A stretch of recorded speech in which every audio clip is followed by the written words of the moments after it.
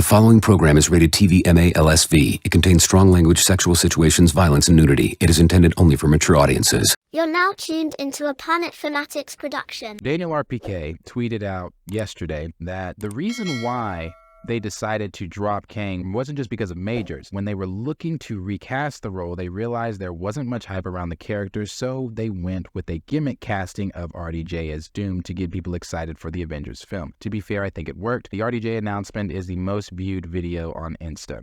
Okay, let's just break this down here. Let's start with the part where he says the reason they decided to drop Kang wasn't just because of Majors. When they were looking to recast the role, they realized there wasn't much hype around the character. So let's just put a period there before we go on to the next part of that sentence. That's bullshit in itself.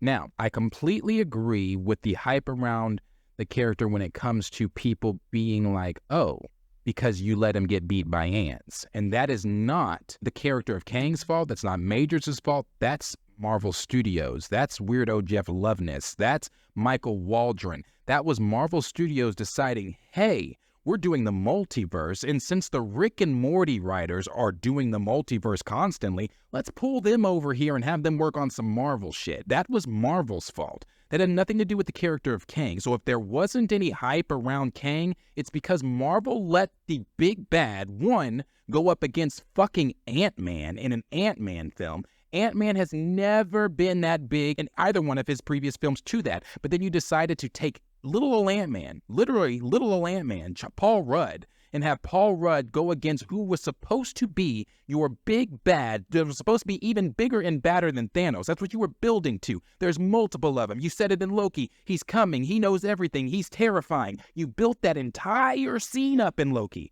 because of what you saw in Jonathan Majors when he had auditioned for the role. We were all excited where that was going with Kang. For me, Loki is right under WandaVision for me. But that finale, I say this all the time as an example. Tom Hiddleston's acting after he got put back into what he thought was his reality at the TVA and found Mobius in Hunter B-15 and was just clearly the facial expressions, the body language, how afraid and frightened and terrified he was about Kang, hearing that I know everything. I know how this ends. I've written how all this ends. I can tell you what's going to happen. Hearing that, hearing all of that, and then being completely terrified, turning around, seeing, wait a minute, what the fuck is going on? The statues of Kang. Bro, shut the fuck up. Shut the fuck up. That shit was hype as fuck. That had us all theorizing. That had everybody online. People, YouTubers making videos of where this could be going. All the videos popping up was learn who Kang is in 5 minutes. Get to know Kang. Who is Kang? Like, bro, stop. Everybody was excited. Let's even go back to D23 or whenever it was where they saw the video of Kang having the conversation with Ant-Man and his daughter when he said, I will kill her and make you relive this moment over and over and over again. And then when he even got confused, when he said, which one are you? Or you're not the one with the hammer, are you? They all blur together. I get confused. When we heard that shit before we saw it, because we didn't get to see it. We only got the description from the people that got to see it.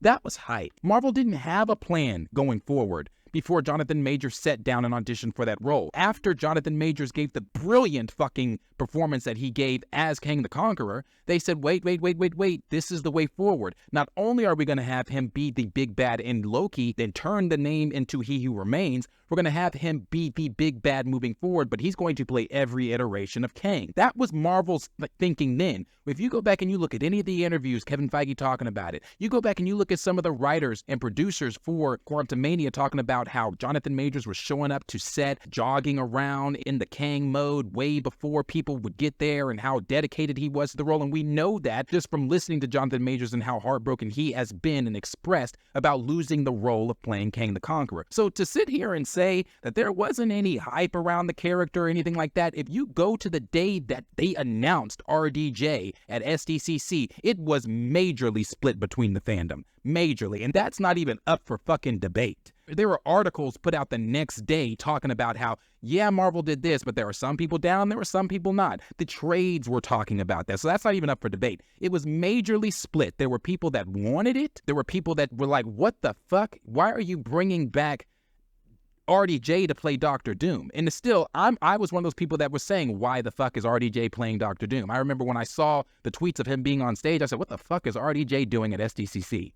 And why the fuck is he surrounded by dooms? So no, to say that is crazy to me. The hype, again, could have died down and did die down because I said the same thing. When I saw him get beat by fucking ants, I was like, well, our big bad just got beat by ants. Again, I didn't like the fact that he went against Ant-Man. I never liked any of that. But again, that's not the character of Kang. That is Marvel's fault.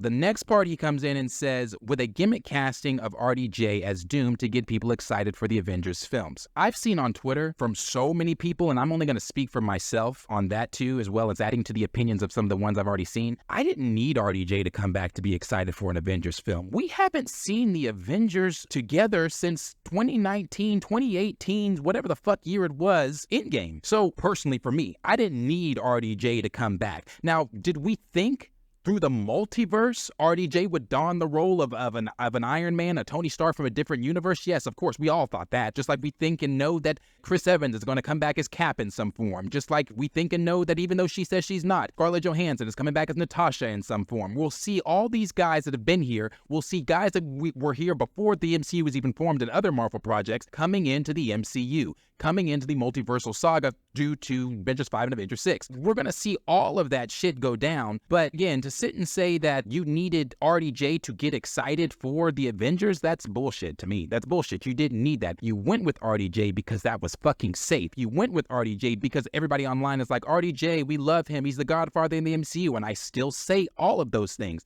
But I didn't need RDJ to come back and get me excited for an Avengers film. I just didn't. And if you did, okay, cool, whatever. I'm not going to throw stones at you, but I didn't need that personally. Then he says, to be fair, I think it worked. RDJ announcement is the most viewed video on Instagram. And just because something is the most viewed does not mean it fucking worked. Well, I don't know where the logic is behind that last sentence. Just because it has so many views on Twitter does not then mean that it worked. It's not what that means. What that means is even casual, because I've seen this conversation from other YouTubers having these conversations about RDJ, or even casuals that didn't know, that don't know or don't care anything about the MCU, that heard Robert Downey Jr., the godfather of the MCU, is back. In what capacity? Let me see. Let me go check this out. So, of course, you're going to get casuals like, oh, RDJ's back, but we watched him die in Endgame. How is he back? So saying that it's the most viewed video, that doesn't give it any type of weight at all. I have to see RDJ as Doom first. I don't know what that's going to look like. We'll see it in rumored-wise in Spider-Man 4. We'll see it rumored-wise in Fantastic Four and some other places because, again, they've got to start making him loom throughout the MCU, but I don't believe it. Is there going to be some type of version of Kang in Avengers 5 and 6? I can't even say anymore. I don't know. Again, they have to address it at some point. The rumor is, and I don't believe this either, and if this is the way they're going to do it, then that is lazy, just like the RDJ casting is lazy. In the rumor, it says that RDJ in a post-credit scene is going to go in and decimate the Council of Kangs.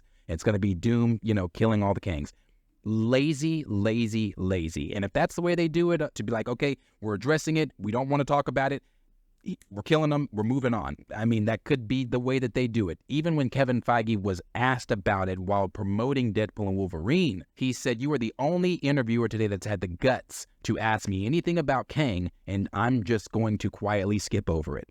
Do you know, I've done a number of interviews in the last couple of days, and you're the first person to, I give you credit for just outright asking the question. And I'll give myself credit for trying to evade it and avoid it entirely.